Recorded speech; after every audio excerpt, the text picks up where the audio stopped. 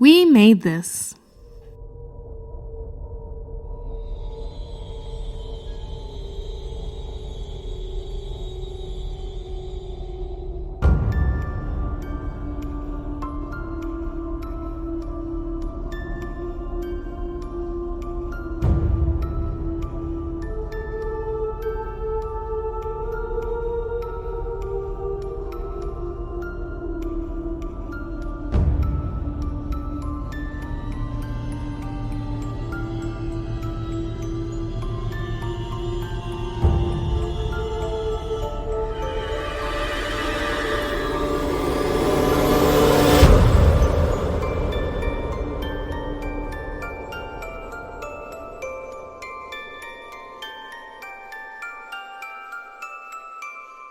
Hello and welcome to Chucky Vision, the podcast about the Child's Play and Chucky franchise here on the We Made This Podcast Network. My name is Mark Adams and I am your host, and with me as always is my co-host Dev. Hello Dev. Hi, how's everyone doing? Pretty good. It's always a good time when you're talking about dumb films. But Dev, it is not just you and me this time. We have got a special guest joining us to talk about Bride of Chucky. It's a big hello to the King of Constantinople. Hello. For people who don't know who Son of Durson is, I didn't just randomly insult a friend. That is one of his wrestling monikers. Tell them about yourself, Sonna. Hello guys, my name is Son of Durson, also known as the Turkish Wolf, Hero of Turkey, Prince of the Moon and Stars, King of Constantinople, the Bull of Istanbul. You're from Turkey, mate. No, I'm straight from Manchester. Yeah, and I don't really do podcasts or even interviews very often, really, but I'm a good friend of Magic Mark's, and I've been a fan of Chucky since I was a kid, really. So I've always wanted to do something like this. And I'm going to ask you, how did you first encounter Chucky? Well, it's going to sound quite bad, this, but I must have been about 8 years old. Shit. I was 8 years old, and my brother just put on Child's Play 2 in the living room. And from there, I always had a fixation with horror films because my sister and my brother kept watching them. And obviously it was something my mum never let me watch. But I remember, my first encounter with horror in general was sneaking through the door to watch the first Halloween film when I was 6 years old. Shit. You know why I'm sadistic now, don't you? But when you're a bad guy. Yeah. But no, I mean, we do not condone on the We Made This Podcast Network I 6-year-olds watching kids, kid horror. Yeah, but do you think you would actually, when you have kids, do you think you'd be more strict? You'd kind of... To be honest, I probably wouldn't. I probably wouldn't. No. It didn't do me any harm. Me growing up, I looked at people like Chucky, Freddy, Michael Myers, all them lot. I looked at them the same way people used to look at Legolas, Harry Potter. Right. You know what I mean? It's just, I was just on a different side of the spectrum for that. I think all three of us could probably agree with that. So what's your favourite Chucky film? To be honest, it's one of them. It does change, doesn't it, over the years? Because I do think Chucky's one of them few franchises where, there's that one or two duds, but for the most part, they've all been quite consistent, I thought. For years, it was the first one. Then it went over to Bride of Chucky, whereas now I think, meeting in the middle is probably Child's Play 2. I think Child's Play 2 actually does, everything Child's Play 1 did, but just gave you what you wanted in Chucky. Child's Play 1 was great, and it was a great suspense film. I just thought, as a horror film, it's amazing. It's probably the best actual horror film, but you don't really watch Child's Play for that necessarily. But Child's Play 2 was scary, but it also had some of that zaniness, that fun aspect. You saw a bit more of a personality from Chucky, and also it was the first Child's Play film I actually watched, so there's a bit of nostalgia there too. So across all of the films, what is your favourite Chucky moment? That's a really tough one. There's so much good shit in there. Yeah. It's a little one-liners when Tiffany's getting rid of the body in Bride of Chucky, and then you just say, "Tiffany, where the are you?" That's one of my favourite moments. But I think the reveal of Chucky is one of them that stands out. When you find when she's about to throw him into the fire in the first film, and then he just finally comes to life. Yeah, because I remember when. Obviously, I first watched Chucky 2, Child's Play 2, then I watched Child's Play 3, and I watched all of them, but I couldn't find Child's Play 1 because they didn't sell it on DVD back then. Right. But then when I finally got to watch it, you know, the whole film, I'm waiting for Chucky to actually show up. Yeah. And I was like, you know, I was young as well, so I was like eager for it. And then when he finally showed up, I was like, oh, even like as I must have been like maybe 11, 12 at that point. Even at that point, I was like, oh, that's just amazing. That was so well done. Yeah. Before I could even appreciate good filmmaking, I appreciated how good that scene was done from a young age. So yeah, I'd probably say that one.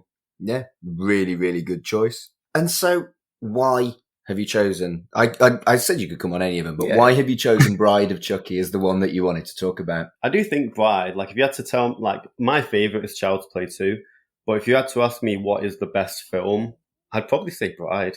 I think for what it is, it does everything perfect. Right. You know what I mean? Like I couldn't even put it into a genre. Obviously, it's kind of like a horror comedy.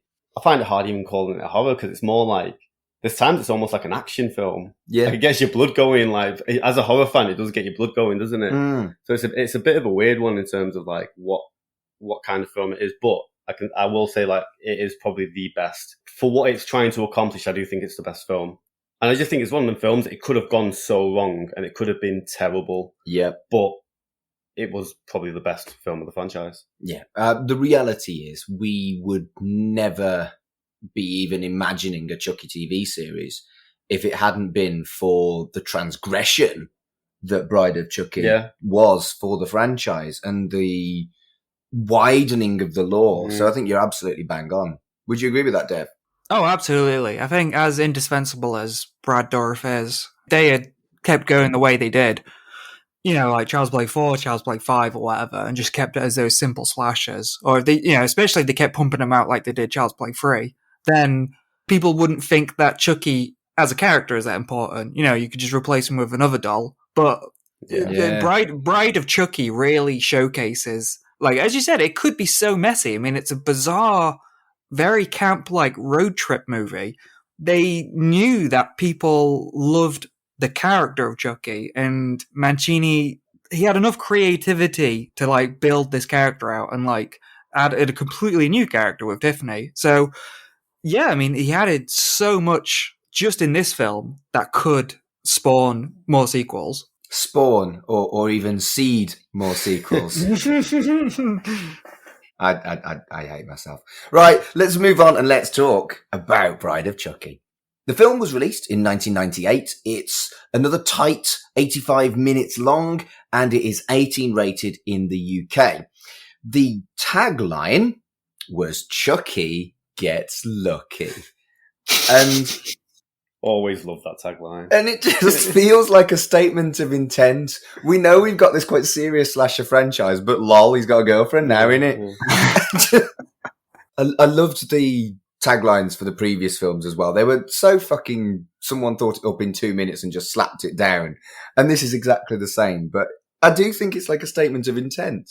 It is, yeah. It's such a bizarre turn for any franchise, really, to introduce this, because it's like, at the start of it, when we meet this character, Tiffany, who is this old girlfriend of Chucky, you know, she brings Chucky back, and I feel like any other writer would be like, well, okay, then they start doing killings together. But, like, most of this movie, Chucky fucking hates Tiffany, and it just becomes this weird domestic battle between them. It's wonderful. And it had a 25 million budget and made 50 million at the box office, which is just about a hit. Yeah. It'll do. About, yeah. And, they, you know, as we said, it seeded a sequel. And it got a 50% rating on Rotten Tomatoes. Do you think that's fair, Sonna? Not really, no. Like, I mean, Rotten Tomato, I don't really trust them anyway. Most of their ratings, like, I disagree on almost every single one. But that definitely, like, you're telling me it's an average film. I mean, like, I've met loads of people that have watched it, or I've shown it to loads of people. Just about everyone that's seen Bride of Chucky enjoys it. Yeah. You know, non-horror fans love Chucky. And I think even if you ask, like, the casual fan, what's your favourite Chucky film, they'll say Bride of Chucky. Yeah. So I wouldn't say it's an average movie. No, I think you're right. Well, what do you think, Devon? It's a film about Chucky and Tiffany, and all of their stuff is really, really strong. I think it's by far the smartest movie today. I mean, Child's Play 1 is a well-crafted suspense film, so in a way that it's smart, but this is so clever and so cheeky throughout. I think it's very fun to watch. I would say one of the down points is, I think more conventional critics go into a film expecting the human characters to be engaging. I will say that's maybe that's maybe the biggest downfall here, is that the two human characters aren't all that interesting. I mean, for me, having looked at all the scores, I don't think anything since Child's Play has been fair, which Child's Play got 71%. I would probably put Bride of Chucky on a similar score, knocking around the 70s, because it's a great film. Yeah. It's not a masterpiece. It's not. No. It's not Space Odyssey. I think it deserves more than that. I wonder, when we look at the less sophisticated films as we continue, whether or not I'll start agreeing with the Rotten Tomato scores or not. So Don Mancini said that this was directly inspired by The Bride of Frankenstein, and then puts in clips from The Bride of Frankenstein. What were you saying about it being cheeky, Dev? You can't get more direct than that. How did either of you how did you watch this? What format? I'm just interested because I watched it on DVD, and there's something special about the DVD. Did you watch it on DVD? I watched it on DVD, yeah. I have it on Blu-ray. I think there's some special features on, but I didn't notice them. Okay, so on the DVD, or at least the original shit one I bought for £2 off eBay, there was an unskippable intro scene with Jennifer Tilly. And when she's talking on the couch. Yeah. And it's unskippable on the DVD. It's like 3 minutes of Jennifer Tilly going, "What's so good about Chucky?" I had sex with everybody on set. Yeah, she doesn't say something similar to that extent. Yeah, and it's just like Jennifer Tilly being Jennifer Tilly for 3 minutes, sat next to a Chucky doll. The Chucky doll doesn't fucking talk. And it, like I say, it's completely unskippable. So you unlocked a memory from my brain that I forgot. Yeah. Wow, that's amazing. Yeah, and it's a shame that that could be kind of like, I think that should be part of the film. It was only 85 minutes. They might as well add an extra 3.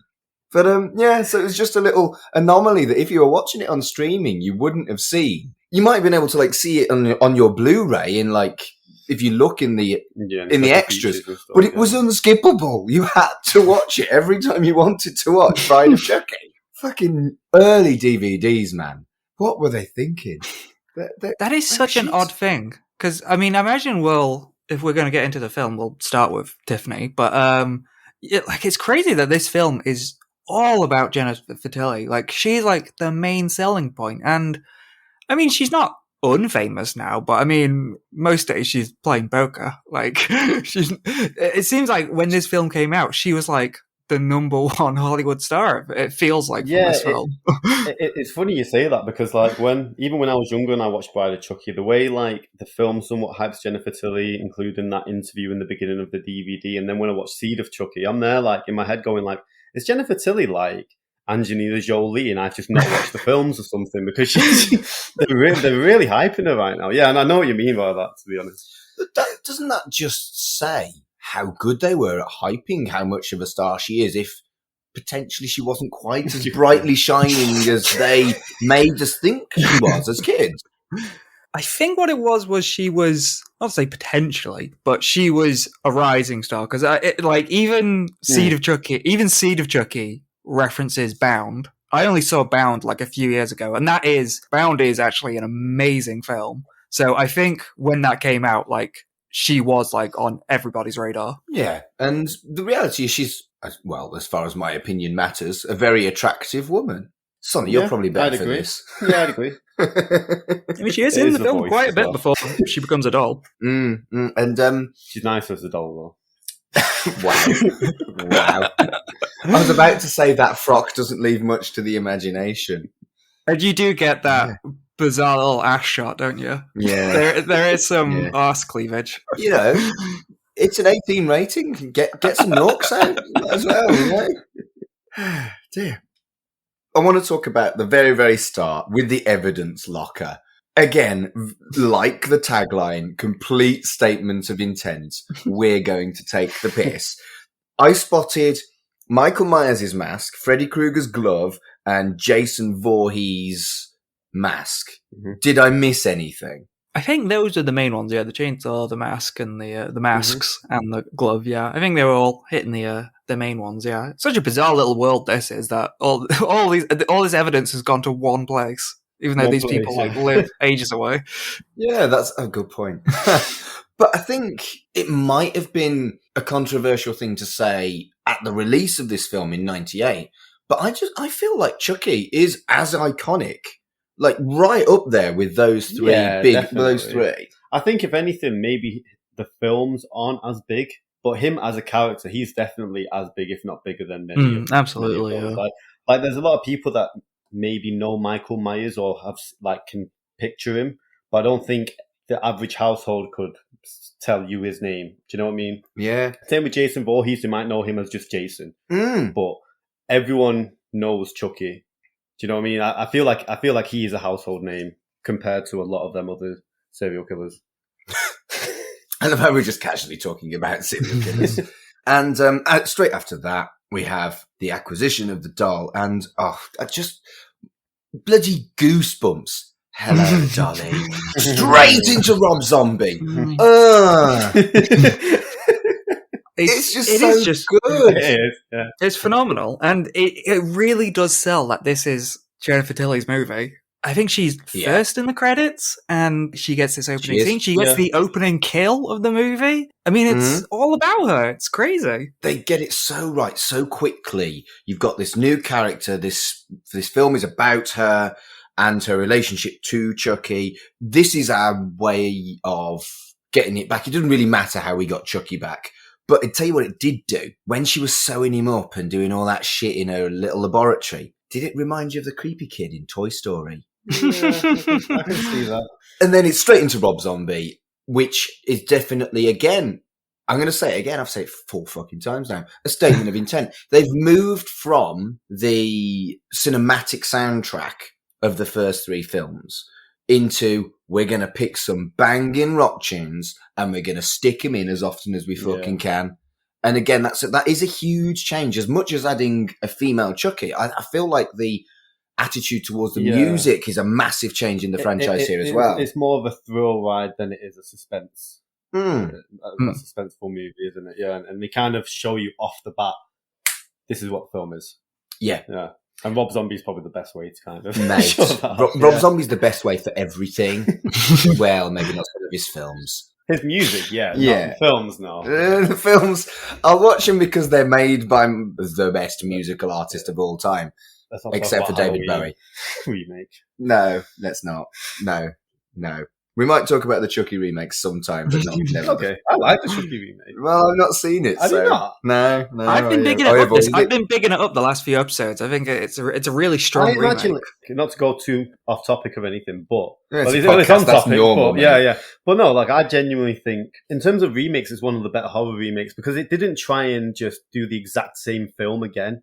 Whereas, like, with the Friday the 13th remake, the Nightmare on Elm Street remake, same with the Halloween remake, they tried to do a lot of things different, but it was still the same film in many ways. Whereas, to me, the Child's Play remake was just a completely different film. And it felt like a really strong script, and then they put the Child's Play name on it, which sounds like a bad thing, but it's a good thing because it was a really strong script. Yeah, that's it. And, like, I think also if they just did another film, but they didn't put the Child's Play, title on it, just made it its own little film. Not only would it not get as much recognition, but there would have been so many people comparing it. It's just a killer doll movie. It's another Chucky. Literally, anytime there's a killer doll movie of any sort, it doesn't matter if it's like a voodoo guy, a machine, or whatever. Everyone's going to compare them to Chucky regardless. So I think they just got rid of the middleman today. This is the new Chucky. That makes a lot of sense. Right, I can't get over the soundtrack. I love the soundtrack. I bought the soundtrack on CD, and I remember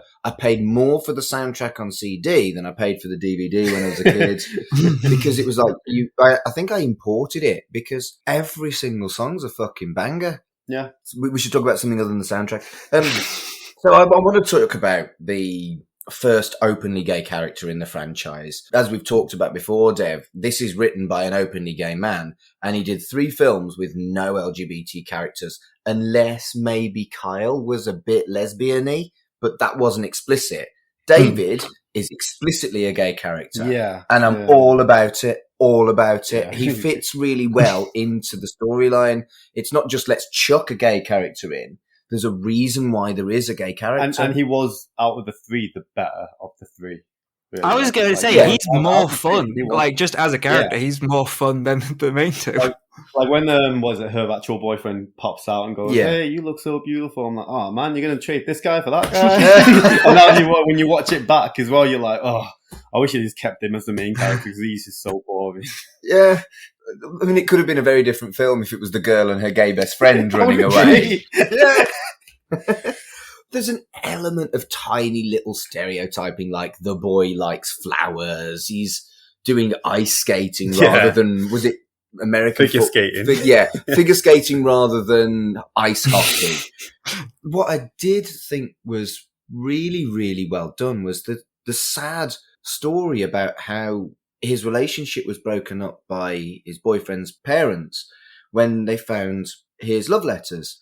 And that might happen a little less now, but in 1998, when I was still fucking closet because I was scared of shit like that, that really touched a nerve for me. I didn't have that experience, but if I'd been brave enough to be out at that age, I probably would have. And that came out of nowhere, and it was clearly written by a gay man who'd experienced that shit, man. I think with Don Mancini as well, like, I can't recall necessarily like any other LGBT characters he might have done. But in Seed of Chucky, it's trans, isn't it? Yeah, it's trans. Yeah. Oh, yeah. There's, of course. There's two lesbian women in Curse of That's Chucky. it. Yeah. So my mind's just gone blank on them. Yeah, just based on them as well. Like it doesn't really feel forced. Like obviously he's an outwardly gay man, but like he could have like gone all the way with it and gone finally I get to add a gay or trans character to my film. Like he could have really kind of pushed it a lot, but he doesn't push it all the way. He gets it there, he gets it out there, and the way it should be. These characters are gay. That's it. It's good. Yeah, I think the balance for the time is perfect. He puts in just a little bit of stereotype spice so that the straight people can spot it. But he also crafts this believable young man who's already had a hard time because he's gay. And also, he has my favourite death. It comes out of fucking nowhere. And he gets smashed by a fucking lorry or a coach, maybe. And it's fucking heartbreaking. It's by far the best death in the whole fucking film. And I'm all about and he does the right thing just before, he sees the dead body and he's like, oh, these guys are murderers. I need to do the right thing. He gets the gun out and everything.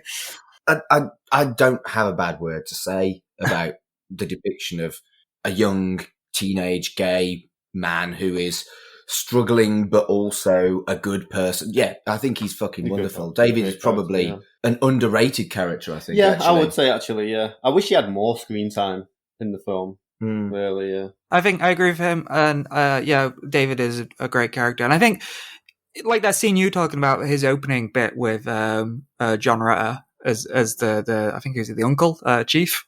Yeah. I mean that scene there, it's just compared to the other films where he was basically writing a horror movie for a studio, the writing here feels so much sharper and like there's a lot more humor in it. Like it's not just that he's writing like a gay character, like there's a slightly more camp, more like playful attitude throughout the entire film. Feels more genuine to Don Mancini. John Ritter is actually quite a big actor, certainly for 1998. Yeah. I'd argue he's more famous than Jennifer Tilly. Oh, massively. Yeah, well, yeah, I mean, and this was like a really good casting for him because it was like against type because he had played, it's the American sitcom. What was the American sitcom he started in? It was like Freezer Couple or something, or Freezer Company. I think that was it. I don't know about you guys, but I grew up watching 8 Simple Rules like throughout the 90s and early 2000s, and that was another show where he was like the caring, loving dad and stuff. So this was a very against type, like really fun role for him to like play just a complete asshole. And there was that one scene where he like swatted the fly away from his ear. I don't know why, but that always sticks to my mind. Why? That did make me laugh. Like, that's what I mean, though. Like, that one, like, you can tell it was probably just something he ad-libbed in there, like a fly clearly went in his ear, and then it was just like the malice. I don't know. It's just something that always stuck with me. Because it made no sense for the script. It didn't need to be in the film. But the cameraman just went, that's good, that. We're keeping that regardless. So I did look up whether or not you can purchase Voodoo for Dummies. You cannot. It is sad. I would have definitely bought a copy. They should have made like a merchandise thing, shouldn't they? Oh, they missed a trick, mate. Yeah, they did. There's a lot of merchandise in a lot of stuff they could have done with Bride of Chucky, really. Yeah. There's a lot of Dummies books. There's some really fucking obscure Dummies books, but alas, Voodoo for Dummies did not make the cut. So we've talked about the lovely, lovely depiction, the really positive gay character, and I'm now going to be a horrible stereotypical gay. Damien, or the Marilyn Manson guy, as I've put in my notes, is really fucking hot and absolutely my type, and she's so mean to him. I like awkward rock dudes, and he's the epitome of awkward rock dude, and he looks nice with his shirt off, and she's really horrible. What a bitch. I do love Damien, to be fair. Like, just thinking about it makes me laugh, though. Like, you know what I mean? He's that kind. Like, I don't know who the actor was. Well, I was just about to say, I mean, you guys doing it unintentionally, but the actress, not to jump ahead, the actress was actually trans. Or I think they became trans afterwards. They're Alexis Arquette. So they're siblings of David Arquette and Patricia Arquette. Oh, okay. Okay, I don't know that. Yeah. No, I agree with you. Like, it's a very small part, but it's a very fun part. Yeah. So wait, did I fancy a girl? Am I bi now? I'm okay with that. I can be bi. Still hot. Good, I think. Oh, I was perving at a girl's tits. Fucking hell, I'm bi. Shit. You heard it first on Chucky Vision. Damn. Magic Mark comes out. Magic Mark comes out again. Don't call me Magic Mark. I'm only Magic Mark in wrestling. Stop it. Moving on. The fucking animatronics. The doll is so fucking cool. I do feel like it's doll. Yeah, I think it gets better each time. It was great in Child's Play. Yeah. It was exceptional in Child's Play 2. It was kind of about the same in Child's Play 3, let's be honest. But again, I feel like they stepped it up. And the face, it's just so good at being evil. I think it kind of drops down after this as well. Like Seed of Chucky, it just, to me, it looked too animatronic, too perfect at times. I don't know, like, I didn't like the way it was. Like, in Seed, it was okay. But then it got to Curse, and I didn't really like the way it looked in Curse, with that CGI face, and it got to, obviously, call the same sort of thing. Oh, yeah, automatically, if things become CGI, they become worse. I hate it. I do. I don't get why, like, film producers or, like, film developers or film directors, like, don't just realise we don't like it. We know it's fake. We will take a bad animatronic model over a good CGI piece. Definitely. Would you agree with that, Dev? I would agree. I think Mancini agrees with that, because I think he's said that. I think he said that the CGI doubles in Curse looked really bad. So I think there's barely any CGI in Cult of Chucky. With the TV series, is it CGI or is it animatronic? Animatronic is what they've said, yeah. Good times.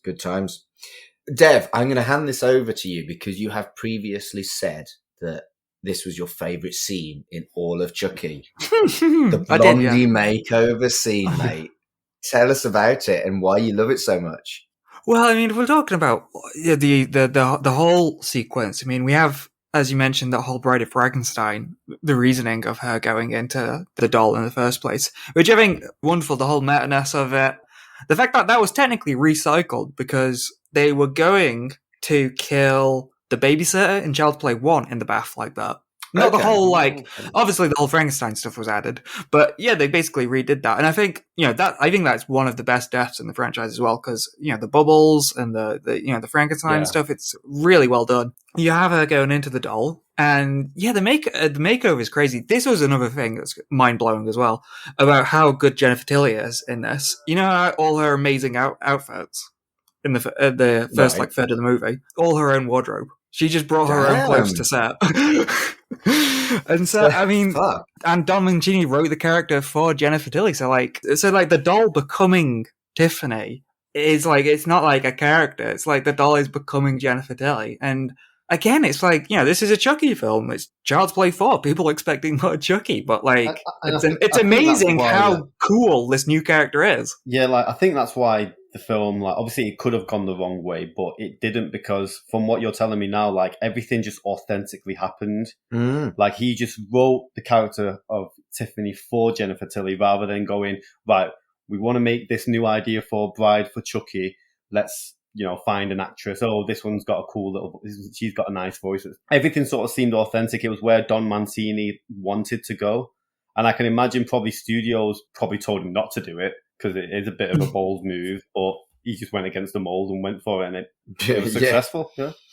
And also, I think the usage of Blondie, which, is quite 80s pop compared to the pure metal that we've had so far, the contrast makes the scene really noticeable as well. And then I also quite like that What a Crock is now part of the law.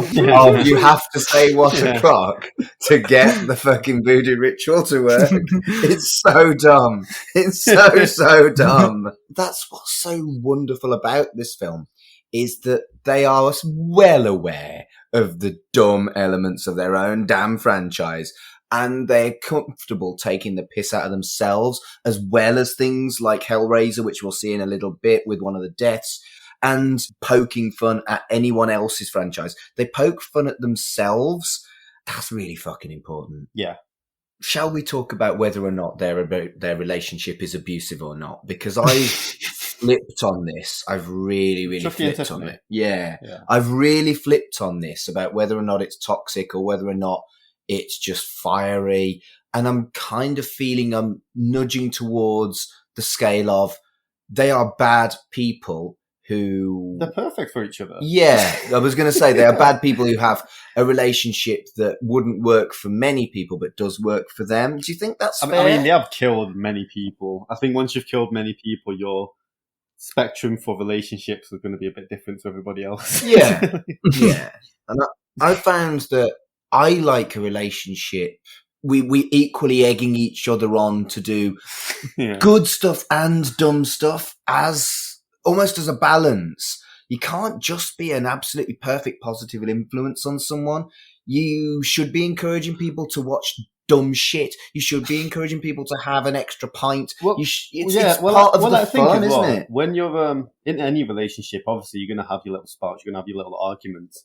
But, when your arguments have to do with killing a person or how to kill a person, things just get a bit warped. And I guess you could call it toxic after that point.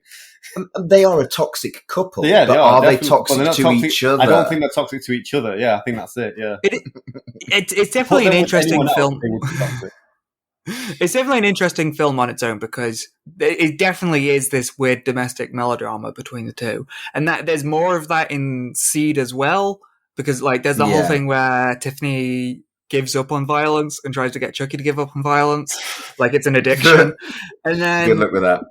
And then when the later movies happen, Curse Cult and the TV show, they seem to have patched things up. They're a lot more in tune with each other in the later films. My favourite scene in all of the Chucky franchise is the Hellraiser thing. I was talking about how people in a relationship egg each other on, and this is clearly where we really see this become a thing with Chucky and Tiffany. And she eggs him on to be more elaborate with his murder. Yeah. I guess in a lot of ways, murder is his art. Yeah. So a very positive partner would, for example, with Sona Durson, the hero of Turkey, would encourage them to develop new moves, develop a new character that you could push and get to that next level of wrestling. And that's all she's doing. Yeah. She's just helping him out a little bit. Yeah. Also trying to impress him a little bit. At the end of the day, she likes him. She wants to, I'm not suggesting you should date a wrestler, though. I'm not sure that's the right look for you. And then the fucking Hellraiser death. It's just so blatant. Where have I seen this before? It's just great. It's just so great. And then it's very quickly followed by a massive explosion. And I am a huge sucker for explosions in films. I love huge, over-exaggerated explosions. And this one at least makes sense, which I'm perhaps a little bit disappointed. I like explosions that don't make sense just because they wanted to put a fucking explosion in. Yeah. And this one actually does. Yeah, it does. There's a lot of gasoline and a car and fire. And that causes big-time explosions. The best unexplained explosion I ever saw was in a film called Slugs. That was where a guy chopped his hand off to get rid of a slug. And I think he hit something. But it wasn't anything that would cause the biggest explosion in all of life ever. And it just escalated from 0 to 1,000,000. That film is batshit crazy. If you like dumb horror, try Slugs. It's great. What we have seen in this film, again, going back to the soundtrack, it is fully confirmed that Chucky is into metal, and I approve. Oh, yeah. That's one of my favourite scenes, to be honest. He's like, what the hell has happened? Music's really gone dead or something like that. It switches over to a song that he probably wouldn't have even heard because it's been dead for so long. Good point. And even like the music, like that genre, the grungy type of he wouldn't have known that back in the 80s. Monster Magnet, mate. He probably would have been a fan of Deep Purple and Judas Priest. Which is perfectly acceptable. Which is great. But no, I do love that scene and just do that little animatronic fist pump. Yes, good times. That's my favourite animatronic moment in Chucky. Not to get away from the music or anything, but I do want to add a weird thing about Chucky not knowing the music and stuff, because don't forget that Child's Play 3 was set 8 years ahead. So Child's Play 3 was also set in 1998. So Chucky had only... Child's Play 3 happened literally months before this movie. So do you think he might have got on the way to see Andy in Child's Play 3, he probably put on, Monster Magnet. That's what I mean. And just, found the new music. Okay. That makes sense. Because what I mean is, in the Hellraiser scene, Tiffany gives that big speech about Martha Stewart and how, it's the 90s, he's got to update. But, Chucky is, aside from the first film, he's mostly a 90s character. Yeah, he is, yeah. Yeah, but Charles Lee Ray was about 40 when he was killed, roughly, looking at the image of Brad Dourif, maybe 30 to 35, 40. My music taste in my 30s and 40s is basically my music taste from my 20s. I kind of retired my music taste in 2003. I think it is for most people. So I think you're bang on with the Judas Priest thing, Sonner. Purple, yeah. Black Sabbath, you put Black Sabbath on, Chucky goes crazy. Yeah, man. Notches. Now that's animatronics I'd like to see. Like windmilling. That ginger hair. Brilliant. Now, I will defend this film to my grave. However, there was a scene that does something that really pisses me off in American films. Pants on sex. American films don't have women get the tits out when they're having sex. So, right, I would presume that when you have sex with a woman, you want to see her tits. That's the best bit. And so get them titties out when you're having sex. Or at least cover them in, with the camera. Some, clever camera work or something. Yeah. Yeah, I know what you mean. That is a trope. That doesn't annoy me. And how do you get it in if you're wearing your pants? It drives me crazy that these films can show blood, guts, gore and say fuck, cunt, shit ass. But apparently you can't. Don't you dare show the side of a man's ass. You don't, Which is all you're going to show with the sex scene, isn't it? You're not going to show full intercourse. You're just going to show, the side. No. People still haven't recovered from Watchmen when Zack Snyder put Patrick Wilson's big ass on screen.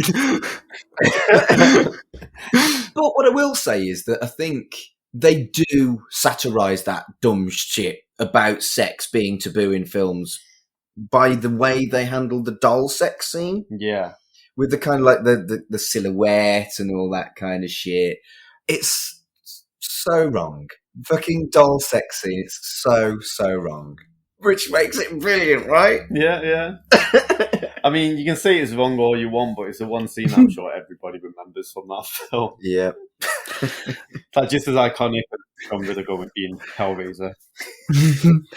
And again, if you in terms of the iconicness of that scene, the whole, are you wearing a rubber? Look at me, I'm all rubber.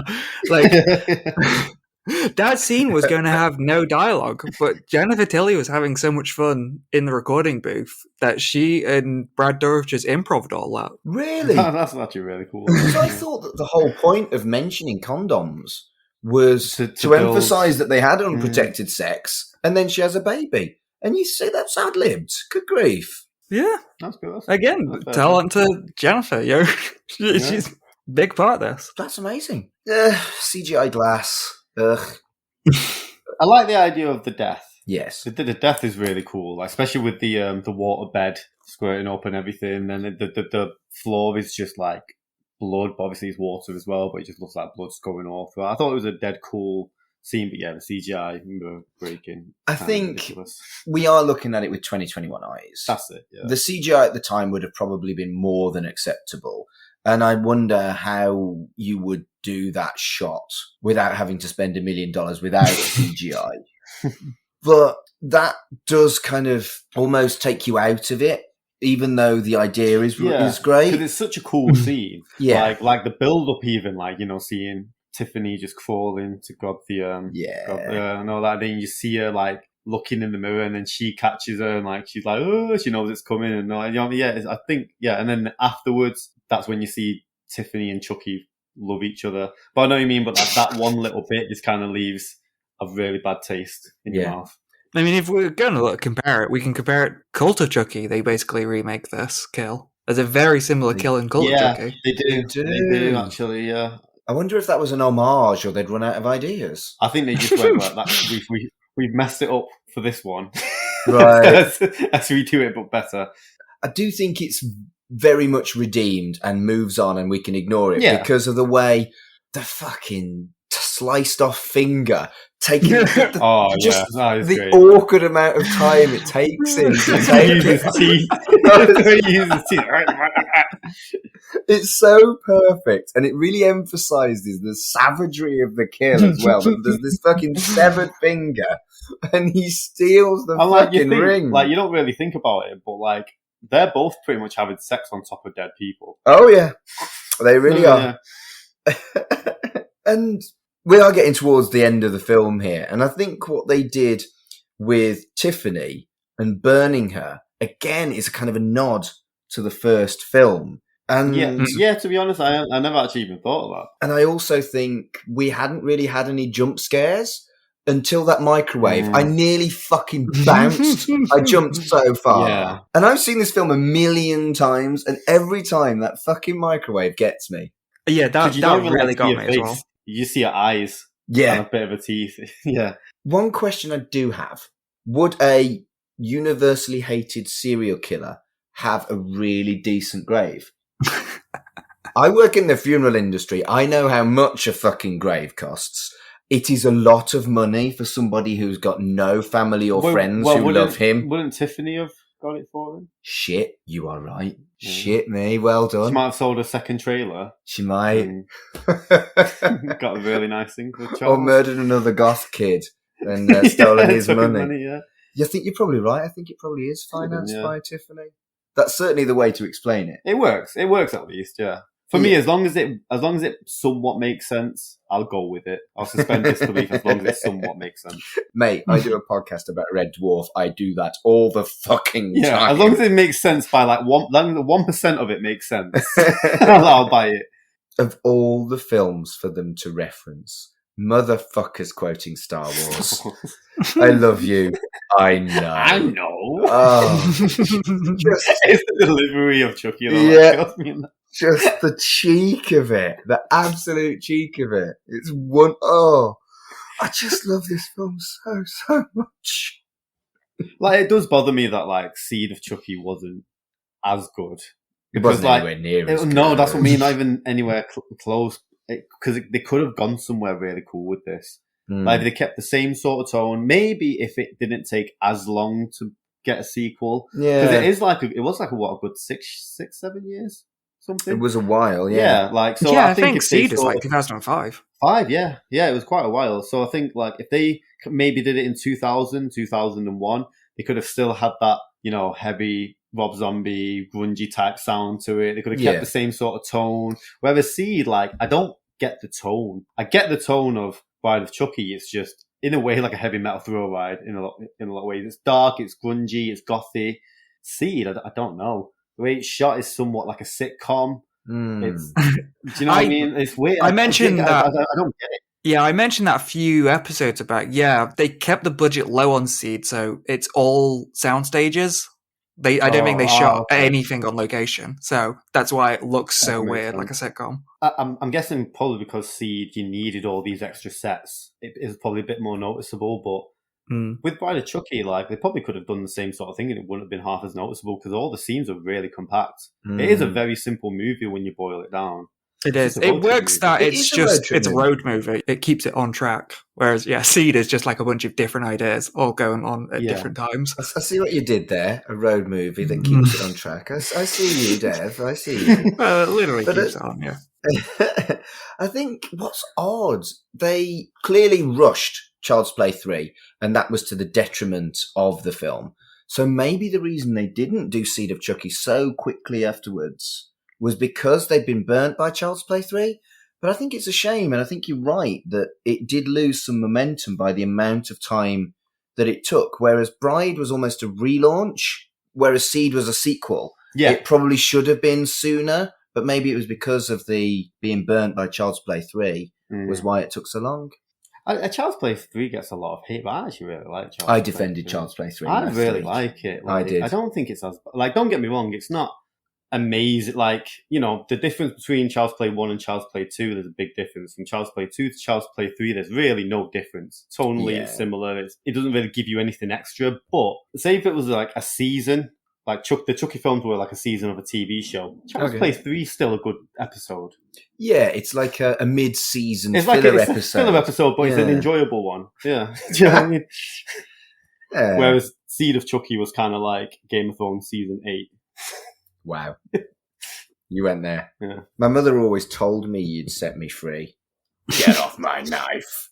Oh, Chucky. Chucky being Chucky is one of my favourite fucking things. Yeah. Just the way he talks, the way he is so callous. He's unapologetically evil. Yes. I remember when I was younger, I used to have this debate, like, who's the most evil out of all of the movie serial killers? And, like, I always went back to Chucky. Like, I do genuinely, because, like, I mean, don't get me wrong, they're all evil, but, like, Chucky seems to be the only one, along with Freddy, that actually enjoys what he does. The glee. He enjoys it. Like, he's not doing it because he has to, or because he's got some sort of weird turmoil in his head that he, you know what I mean? Or like he's the spawn of evil or whatever. He's just doing it because it's fun to him. Any other life would be boring. And that's so nasty. And that's it, yeah. Yeah. Like, even with Freddy sort of has to kill because he's an entity by the end of it. And whereas Chucky, he doesn't have to kill at all. Even by the end of Seed, he accepts that he's a killer doll and he enjoys it. He's still killing. Yeah. He doesn't have to, like, he doesn't have to. He's accepted who he is, but he's still out there killing because he actually enjoys it. And, like, my favourite kills for, like, with Chucky, and same with Tiffany, is when you see them having fun. Yeah. Like, say Chucky, in any Chucky film, like, when you see him when he's about to kill someone and you just see, like, a little glimmer of, like, a little smile, like when he's Child's Play 2 when he beats Mr. Callowell with the ruler. With the ruler, yeah. That's one of my favourite scenes. Yeah. And you see him walking with that smile, it's like, you sadistic mother. Yeah, you absolute you horrible, bastard. Horrible person. And out of all the serial killers, he's the only one that really actually goes for a child. Yeah. They never go that far. No. In Child's Play 1, the kid's, 4 or 5? Andy's 4 or 5 years old? 5, I think. 6 maybe. 6 maybe, yeah. All the others is teenagers. Yeah. He is just unapologetically evil as anything. Yeah. And we love him for it. Yeah, man. Yeah. I mean, we're skipping ahead a little bit, but yeah, there's a bit in Cult, I think, involving child. And like Chucky does not care at all about child death. No. It's super dark. It does, yeah, like, and it's funny as well because any other film, the fact that they're going to kill a child is like the main vocal point of like the story or whatever. With Child's Play, it's like, oh no, it's just Chucky doing what he does. You know what I mean? You're not even focused on the fact that he's a kid. It's just you want the kid to get away from him. This film is really, really good in acknowledging what we already know, but also moving on and saying this is what we're doing with this franchise now, which is what people complained about with Child's Play 3, that it did absolutely nothing new. But I love that not to the detriment of Chucky, not to the detriment of his gleeful evil, not to any detriment at all. He gets his one-liners, but they add so much in one film. They add more in this than they added in Child's Play 2 and 3, I would argue. Yeah, I'd agree with that. Yeah, I would agree with that, yeah. Watching it again, they've added Tiffany, a female Chucky. But it's not just they're in love. There's, the melodrama. I forgot how sad Tiffany was at times in this. Yeah. That whole... She's just as bad as Chucky. Like, she's killed people. But, like, by the end of the film, there's a line where, she's burnt, which I forgot she even got burnt. And that was just horrible. Like, whimpering the whole time. Like, she's in constant pain. Yeah. And then there's a line. Cool. She's walking away from Jesse with the gun back to Chucky. And she sees how in love those two are. And she just says to herself, why can't I get it on with the real good guys? And it's so sad. Yeah. There's a lovely little twist that it's Tiffany that dies repeatedly. Like, it's always been Chucky in the previous films, but she has 2 or 3 deaths and she goes through all this incredibly painful stuff, which did make Chucky angry, but she whimpers, like you say, and it's a lovely little twist on it all. I'm all about how they have kind of nodded to what the Chucky franchise is, but they've kind of turned it about on its head and almost feminized it by doing all the stereotypical stuff, the regular tropey stuff, to Tiffany rather than Chucky. And they're handing over the reins, aren't they? And Chucky's death is quite underwhelming compared to Tiffany's. Yeah, Tiffany definitely gets the worst end of it. Chucky gets... I did like when Chucky gets hit by a shovel and just goes flying. Even says himself, like, go ahead and shoot, I'll be back. I always come back. Like, he knows he's going to come back. So obviously we're all long-term fans. Imagine watching this in 1998 and then the fucking evil... spiky tooth fucking baby turns up. Imagine how that would have felt the first time you saw that. The shock and the repulsion. Well, I remember, like, when I first watched Bride of Chucky, I must have been about, like, 10, 11 at the time. And they were working on Seed of Chucky at the time. Right. But obviously, I was a kid, so I wasn't really on the internet all that much. But that happened, and even that shocked me. Like, I didn't know what was going on. I was like, what? There's not another film. There's not another Chucky movie. What's going on? Like, they've just left it on this weird little cliffhanger that makes no sense. And I looked online, and then it was a Seed of Chucky was coming out and all that, and I was really hyping that movie as a kid. And then look what happened. Yeah, it happened. And even as a kid, I didn't like it. So I saw this at the cinema, and I remember that I was like, what? It was great. You do lose that by having more knowledge, which is why I found more recently stuff like episodes of the Marvel Cinematic Universe shows on Disney Plus, where you do have to wait a week. You do have the suspense and you've not got any prior knowledge. That's really felt great for me. And obviously you have lost that. And I'm looking forward to watching Chucky week by week and being able to get that back in the Chucky franchise, you know? Like I am really looking for, like, I cannot wait for the TV series, mostly because, like, I was really skeptical because I weren't a big fan of Curse and Cult, and I thought I didn't like the direction they were going with after Cult. But I hope, like, my feeling is the only reason they went with that direction, you know, multiple Chuckies and this and that, is just so they could have a TV show where they could do what they wanted. Right. And I'm just hoping that it doesn't get convoluted. I hope they don't go into this big overall lore where Chucky and Tiffany are going to take over the world and all. I just want episode by episode, Chucky going around killing things. Have Chucky in Cuba doing crazy. You know what I mean? Just give me anything. Have Chucky, like, just have him in Vietnam. Child's Play in the Hood. Yeah, that'd be But you know what I mean? But they could actually do what they wanted now with that. So I do hope. Like, obviously not to that extreme, but... Chucky X. It could be, like, in space and shit. Say what you want. Jason X is my favourite Friday the 13th. Mine too! That's the one franchise I've never been a huge fan of, but Jason X, I can watch that any day of the week. Me too. Have I missed anything you wanted to talk about, Dev?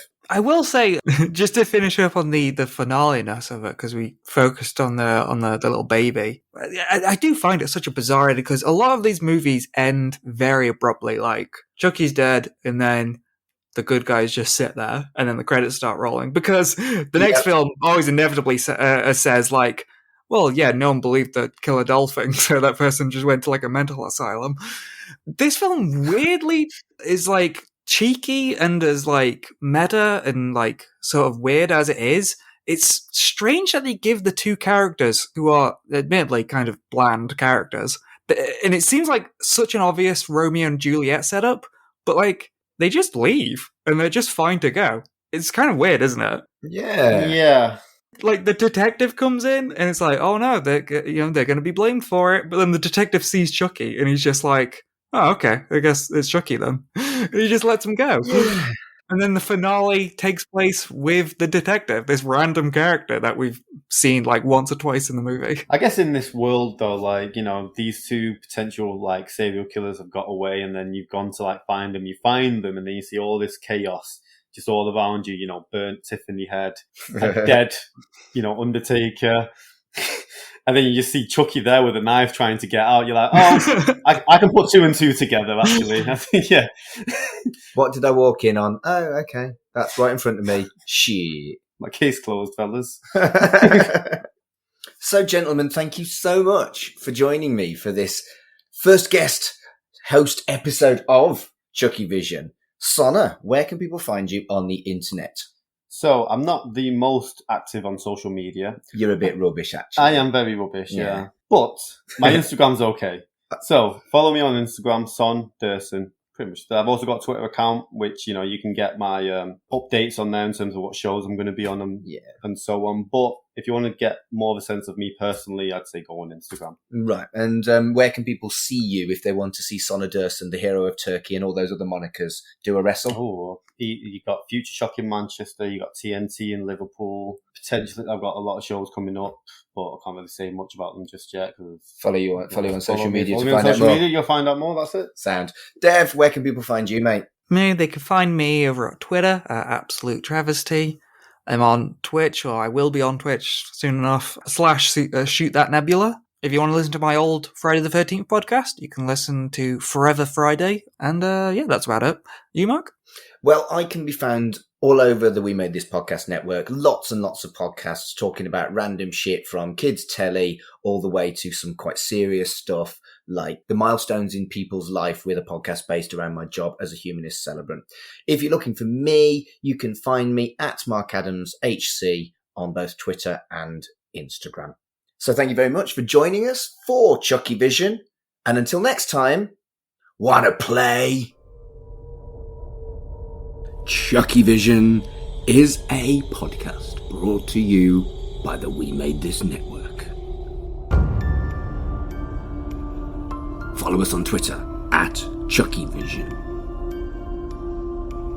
Follow the network on Twitter at WMT_network. Our website is WeMadeThisNetwork.com.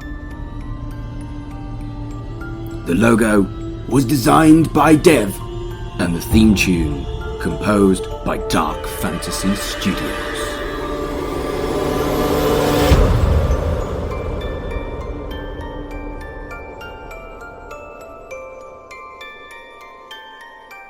Wanna play? Hello everyone, this is Tony, Network Chief of We Made This. As you know, our podcast network brings together a brilliant assortment of talent who talk about all kinds of pop culture content, such as the episode you just listened to. We're not going anywhere, but we'd love to keep the lights on for even longer if you're able to support our network on Patreon. For just £2 a month, you get your name in lights and the satisfaction of knowing you're helping us produce more great audio. And for £3 a month, you'll get your name in lights, but you'll also get access to an exclusive bi-monthly podcast from the We Made This talent pool on podcasting, pop culture, and, well, you tell us. We'll take your suggestions. For less than the price of a coffee per month, you can help keep We Made This going. Just head to patreon.com/We Made This. That's patreon.com/We Made This. And get the ball rolling. Elsewhere on We Made This.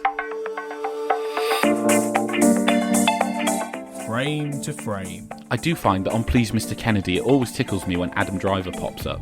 Yeah. I think that the ridiculous insertions that he has in the song is what makes it. Outer space. Outer space. Just all that. It's just absurd. I just love it. Is very kitsch. And then you've got that. Yeah, I just love the oh no. He just throws in things like that. It's just great. This is the first film I saw Adam Driver in, and he's only in it for about 5 minutes, and he almost steals the entire movie. That's what a great actor he is. Although obviously one must credit the Coen brothers with the brilliant attention to detail in the music and the writing and the direction, as you'd expect. Yeah. Cerebral Jukebox. My friend had a Nimrod t-shirt. Quite a few people I knew had Nimrod t-shirts. Yeah. The famous one. And I think I must have seen that album cover every day. Yeah. For 2 years. To me, I think Nimrod could be the perfect rock album. I don't think there's a better all-round rock album than Nimrod. American Idiot is exceptional, but there's something about Nimrod that ticks so many boxes and has so much diversity on it. I think it could be the best album ever made. Pretty Fly, a 90s nostalgia podcast. People like me have benefited from that for generations. Now that that's being challenged, centuries, 100%. You've got people that are understanding, and I'm not ashamed of who I am or where I'm from, but that, doesn't mean that I can't sit back and say, hey, other people catching up ain't a bad thing. Absolutely. I just want to remind the listeners, this is a Rugrats podcast. This has got deep and serious at the moment. Check out all of these shows and more on the We Made This podcast network.